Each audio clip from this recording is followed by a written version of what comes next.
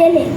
आपली पत्नी सावित्रीबाईंना साक्षर करून 1848 मध्ये पुण्यात भिडेंच्या वाड्यात पहिली मुलींची शाळा सुरू केली आणि खऱ्या अर्थाने स्त्री शिक्षणाची घोड दौड सुरू झाली.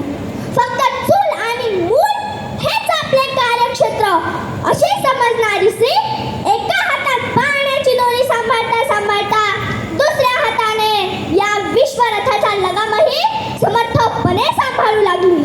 अवकाश भ्रमण करणारी कल्पना चावला, तब्बल 321 दिवस स्पेस वॉक करणारी सुनीता विल्यम, एव्हरेस्ट सॉल करणारी बचेंद्री पाल, नोबेल पारितोषिक विजेती मदर तेरेसा, माझ्या रक्ताचा शेवटचा थेंब संपेपर्यंत या देशासाठी लढेन असे म्हणणाऱ्या इंदिरा गांधी अशी कितीतरी नावे घेता येतील की ज्यांच्या कर्तृत्वाची उड्डाणे अपेक्षांच्याही पलीकडे पोहोचतील. खेळ, आरोग्य, शिक्षण, सैनिक, नाविक, वैज्ञानिक, राजकारण, समाजकारण, अर्थकारण या सगळ्यांवर तिची छाप पडली.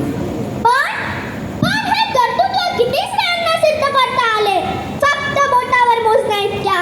समाजातील मोजक्या स्त्रियांना आपल्या हक्काची जाणीव झाली. शिक्षणाअभावी काही स्त्रिया अजूनही अन्याय सहन करत आहेत. अजूनही खेड्यापाड्यात दारू पिऊन येणाऱ्या नवऱ्याकडून जनावरासारखा मार खाणाऱ्या माता आहेत. कमी वयात लग्न करून सासरी जाणाऱ्या अनेक लेकी आहेत. शिकेसन मोठी मास्तरी कशी पगार कमावशी या काम कोण करे अशा रूढींच्या बेड्या पाय तळतोन ठेचाळणाऱ्या अनेक बहिणी आहेत. लक्षात घ्या मायबाप हो, जिच्या हाती पेन्सिल पाटी तीच सुखाचे मंदिर गाठी, जिच्या माथी शेणाची पाटी दैन्य लागते तिच्या पाठी. मुलींना स्वतःचे निर्णय स्वतः घेण्याचे स्वातंत्र्य नाही. पिता रक्षति कौमारे, पिता रक्षति कौमारे, भर्ता रक्षति यौवने, रक्षिस्ते स्थविरे पुत्रः न स्त्री स्वातंत्र्य अहता.